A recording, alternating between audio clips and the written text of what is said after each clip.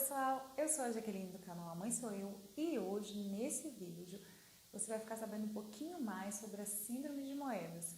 Enquanto eu rodo a vinheta, já se inscreve aqui no canal, já deixa o seu like para você ficar sempre por dentro dos vídeos que são divulgados aqui semanalmente. Vamos pro vídeo?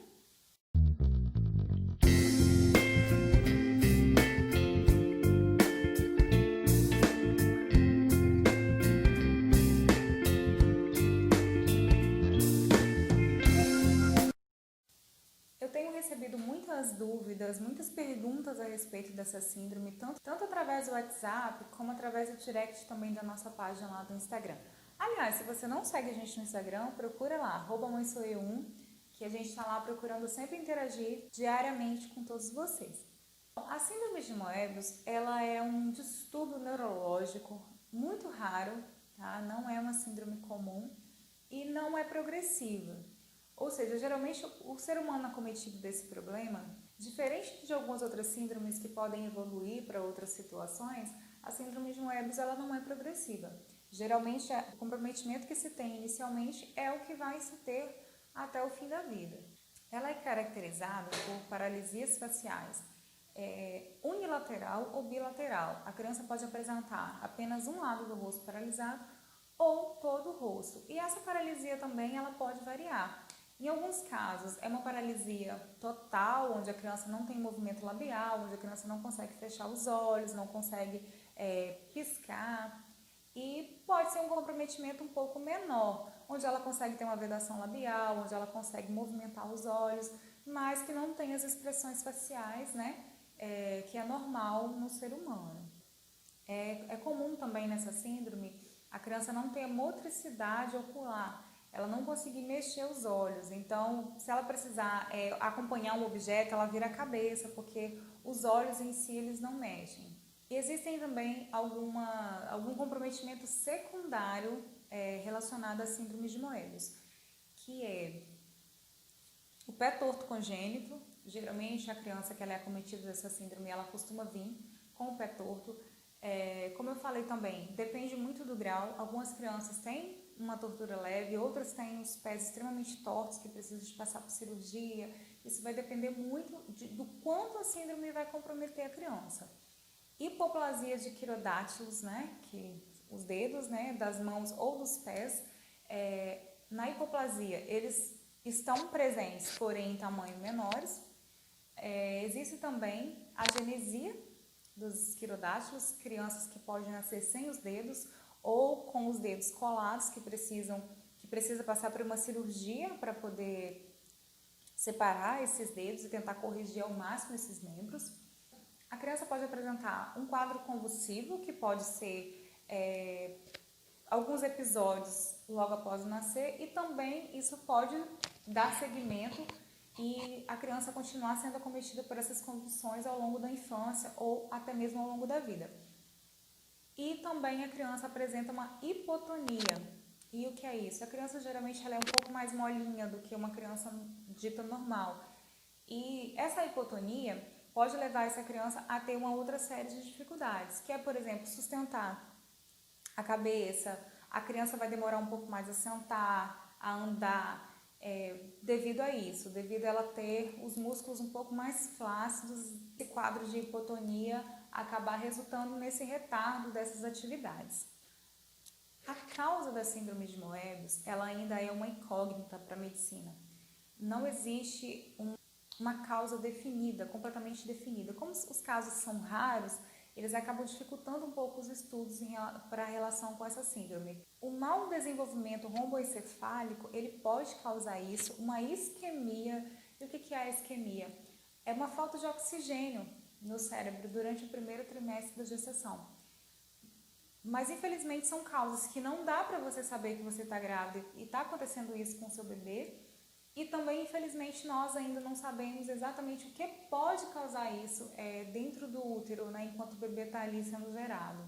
E essas hipóteses, elas são levantadas quando se faz o exame de cariótipo e ele está normal, quando não existe nenhum tipo de apresentação genética Então, na maioria das vezes, as crianças que elas são acometidas da síndrome de Moebius, o cariótipo é sempre normal, a translucência nucal é sempre normal e muitas vezes até o morfológico do segundo trimestre, ele é normal, porque é uma síndrome muito difícil de ser detectada. O que você começa a conseguir ver através do ultrassom é a presença do petoto congênito e quando há hipoplasia de quirodáctilos, você já consegue acompanhar através do ultrassom. Mas o diagnóstico ele só consegue ser fechado mesmo se após nascer a criança apresentar todo esse conjunto de sintomas que a gente já falou aqui. Na maioria dos estudos que foram feitos em crianças que nasceram com a síndrome de Moebius, a principal suspeita é que houve uma situação teratogênica.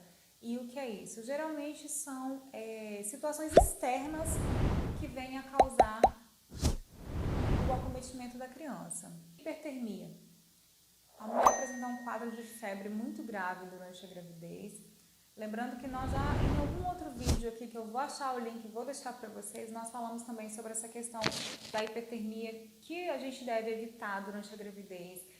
Ofurôs, banheiras de hidromassagem com água extremamente quente, porque durante a gravidez a nossa temperatura ela não deve subir muito. Também, por isso, não é recomendado o uso de termogênicos, situações que façam com que a sua temperatura corporal ela se eleve, porque isso pode causar a hipertermia e isso pode estar gerando algum tipo de problema para o seu bebê. Trauma. O que é trauma? Um tombo que você pode levar, uma pancada, um acidente que de repente você sofreu um impacto muito grande. Isso pode sim causar algum tipo de problema no seu bebê. Os traumas eles podem levar a um não fornecimento de sangue correto durante algum tempo, a um não fornecimento de oxigênio e isso acabar levando o bebê a desenvolver esse problema. Formação de trombos. O trombo é um coágulo de sangue que obstrui a passagem, pode ser da placenta para o cordão, do cordão para o bebê, e isso pode comprometer a criança por ela não receber o suporte devido de sangue e oxigênio. Hemorragias. Geralmente, se você tiver hemorragias durante a gravidez, já pode ser por causa de algum problema. Então, é um motivo de manter-se alerta, porque geralmente o sangramento ele nunca é em vão. Ele está sempre mostrando que algo não está bem, que algo está acontecendo e qualquer comprometimento na estrutura placentária, uterina, ali na sua bolsa amniótica, pode estar gerando algum tipo de privação do seu bebê, seja do suporte sanguíneo, do suporte de oxigênio, e isso pode sim levá-lo a desenvolver a síndrome de Moebius. E também tem o fator de vários medicamentos que podem ser consumidos e que podem levar a esse quadro. Existem vários medicamentos em estudo, mas existe um que é o mais clássico, que é o misoprostol, que ele é comercializado aí com o nome de Citotec. É um dos medicamentos que mais podem causar a síndrome de Moebius. Não é o único, existem vários outros em estudos, mas geralmente se durante a gravidez a mulher for exposta ao uso desse medicamento, é muito provável que a criança possa sim ser acometida dessa síndrome. Já foram encontrados alguns casos onde houve repetição na família, um familiar teve, depois outro familiar teve também, mas foi uma coisa muito isolada e ainda não foi o suficiente para dizer que a síndrome pode sim ter alguma relação com a hereditariedade. A síndrome de Moebius, ela não tem nenhum comprometimento em órgãos vitais que possa levar essa criança à morte por causa da síndrome. É claro que pode ser que a criança venha com outros comprometimentos juntamente com a síndrome de Moebius, mas ela por si só, ela não compromete órgãos vitais, então a criança geralmente não tem uma quantidade de vida reduzida por causa da síndrome. O que ocorre é que dependendo da intensidade desses sintomas, a criança provavelmente pode ter uma dificuldade para se alimentar, porque por causa da falta da movimentação da face, a criança pode não conseguir sugar. Posteriormente a isso, ela pode ter uma deficiência da deglutição e isso pode ocasionar problemas um pouco maiores. Existem situações em que a criança não consegue se alimentar por via oral e ela precisa fazer o uso de uma sonda, de uma gastrostomia. Mas existem casos em que é possível fazer a reabilitação com fonoaudiologia e algumas fisioterapias.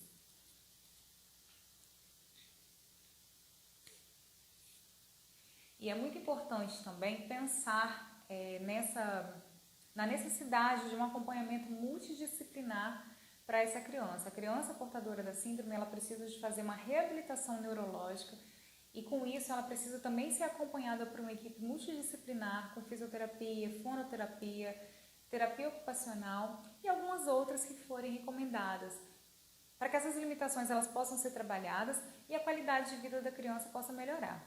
A maioria dos portadores da síndrome de Moebius consegue levar uma vida normal, embora em muitos casos sejam necessários fazer cirurgias de reparação, principalmente para aqueles que nascem acometidos de lábio leporino e quando a situação do pé torto ela é muito grave. Porém, a expectativa de vida é muito boa, a expectativa de melhora nesse quadro é muito boa, porque a criança nasce com a estrutura perfeita, porém apenas com algum retardo. Feito os tratamentos e feita uma reabilitação neurológica, é bem possível que a criança consiga aprender tudo que uma criança normal pode fazer.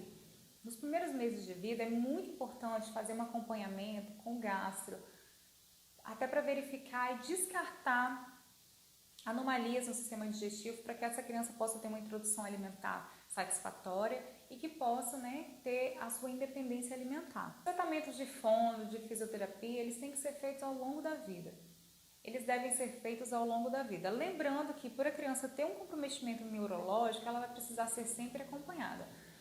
Mas se você está passando por isso, se você tem a suspeita dessa síndrome, como eu disse, é muito possível sim levar uma vida normal, é muito possível que as limitações elas sejam reparadas, dentro do possível para o seu caso específico, para o caso específico do seu filho. Não é uma síndrome com comprometimento vital, então seu filho não vai viver menos por ser portador dessa síndrome. Não é uma síndrome genética, com certeza não deve ser nenhum problema seu ou do seu parceiro. Então é importante, lembrando que no ultrassom você provavelmente só vai conseguir identificar um pé torto congênito, uma hipoplasia de quirodáctilos e caso a criança tenha o lábio leporino. Se você fizer um ultrassom 3D, talvez você consiga ver se existem expressões faciais ou não. Mas o diagnóstico ele só vai ser fechado com a criança aqui do lado de fora, onde o médico pode fazer alguns testes para verificar essa questão do movimento facial. Mas, com certeza, dá para ter uma vida normal e dá para você ser muito feliz com seu pequeno ou sua pequena, mesmo sendo portador dessa síndrome. Espero muito ter ajudado. Muito obrigada pela sua companhia. Um beijo e até o próximo vídeo.